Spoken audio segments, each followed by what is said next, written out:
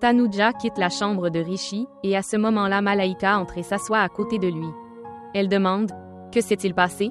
Tu as l'air blessé. J'ai entendu dire que des crétins sont venus et que vous vous êtes battu avec eux. » Rishi répond « Oui, c'est vrai.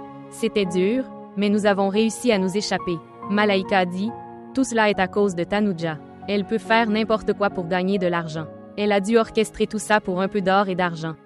Elle peut faire n'importe quoi pour gagner de l'argent. Elle a dû orchestrer tout ça pour un peu d'or et d'argent. S'il vous plaît, prenez soin de vous. Tu sais combien je tiens à toi. Même si ce n'est pas pour vous, du moins pour moi, prenez soin de vous. » Pendant ce temps, à la maison, Rano pense qu'elle a été trop dure avec Raj et se demande à quel point il a dû être bouleversé, d'autant plus qu'il ne se sentait pas bien. Elle regrette de ne pas avoir pris en compte sa santé. Elle le cherche dans toute la maison mais ne le trouve pas.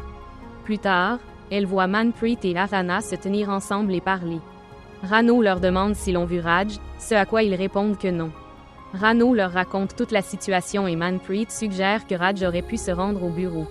Il explique que chaque fois que Raj est en colère contre elle, il se rend au bureau et éteint son téléphone. De retour à l'hôtel, Rishi dit à Malaika « Je suis vraiment fatigué.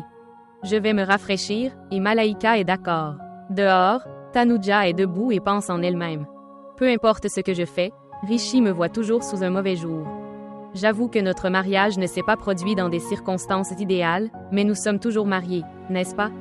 Pense que c'est juste un faux mariage, pour moi. De retour à l'hôtel, Rishi dit à Malaika « Je suis vraiment fatigué. Je vais me rafraîchir » et Malaika est d'accord. Dehors, Tanuja est debout et pense en elle-même. Peu importe ce que je fais, Rishi me voit toujours sous un mauvais jour. J'avoue que notre mariage ne s'est pas produit dans des circonstances idéales, mais nous sommes toujours mariés, n'est-ce pas? Pense que c'est juste un faux mariage, pour moi. Rishi refuse en disant « Je n'aime pas ce jus. Je ne peux pas le boire. D'ailleurs, qui a commandé ça? Je ne l'ai pas fait. » Malaika répond « Je ne sais pas, peut-être que Tanuja l'a commandé. Mais tu devrais le boire. Vous en avez besoin maintenant. » Rishi répond « Non, buvez-le à la place. » Malaika insiste « Non, c'est plus important pour toi » et continue de le pousser jusqu'à ce que Rishi boive enfin le jus. Peu de temps après, Rishi commence à avoir des vertiges. Malaika s'approche de lui et essaie de le réveiller en lui demandant « Que se passe-t-il? Êtes-vous d'accord? » Rishi répond « J'ai le vertige. Je ne sais pas ce qui se passe. » Alors que ses vertiges s'intensifient, il commence à voir Malaika comme Tanuja. Quand Malaika s'approche et lui caresse le visage, Rishi la laisse le toucher et sourit, pensant que c'est Tanuja. Il se rapproche d'elle. Dehors, Tanuja tient une fleur et pense « J'ai été trop dur avec Rishi.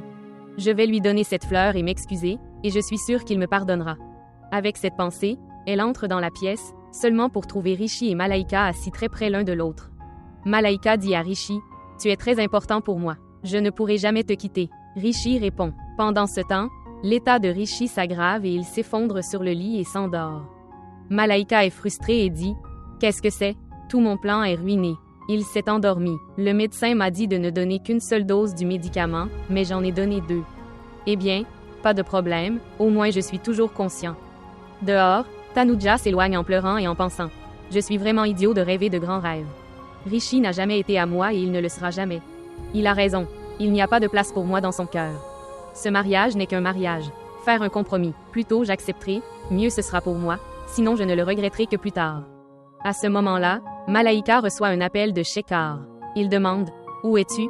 Pourquoi ne réponds-tu pas à mes appels? » Malaika répond « Je suis très occupée en ce moment. Quoi que je fasse, je le fais pour notre avenir. Tu ne me fais pas confiance? » Il dit « D'accord, fais ce que tu dois faire. Je te fais entièrement confiance. » Tanuja va dans une autre pièce et se met à pleurer, essayant de se convaincre que Rishi n'est pas à elle et ne le sera jamais, et que ce mariage n'est qu'un compromis.